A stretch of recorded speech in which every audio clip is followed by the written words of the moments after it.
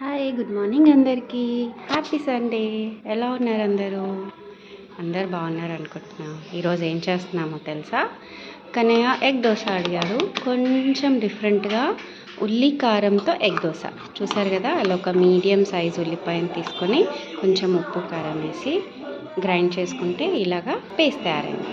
So I'm taken 2 eggs. 2 కోడిగుడ్లు తీసుకున్నాను, దాన్ని వేసి బీట్ చేసి పెట్టుకున్నాను. అలాగా ఎగ్ దోశ కోసం ప్రిపరేషన్స్ అన్నమాట. మీరు ఈరోజు సండే కదా, ఏం బ్రేక్ఫాస్ట్ తిన్నారు చెప్పండి.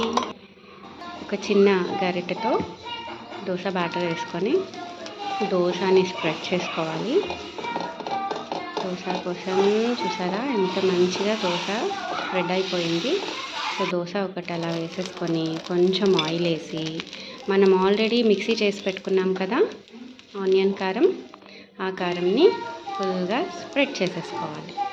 దోశ అంతా ఈవెన్గా వచ్చేలాగా మంచిగా స్ప్రెడ్ చేసేసుకున్నాను. చూస్తున్నారు కదా, చూస్తుంటేనే నాకైతే తినేయాలనిపిస్తుంది.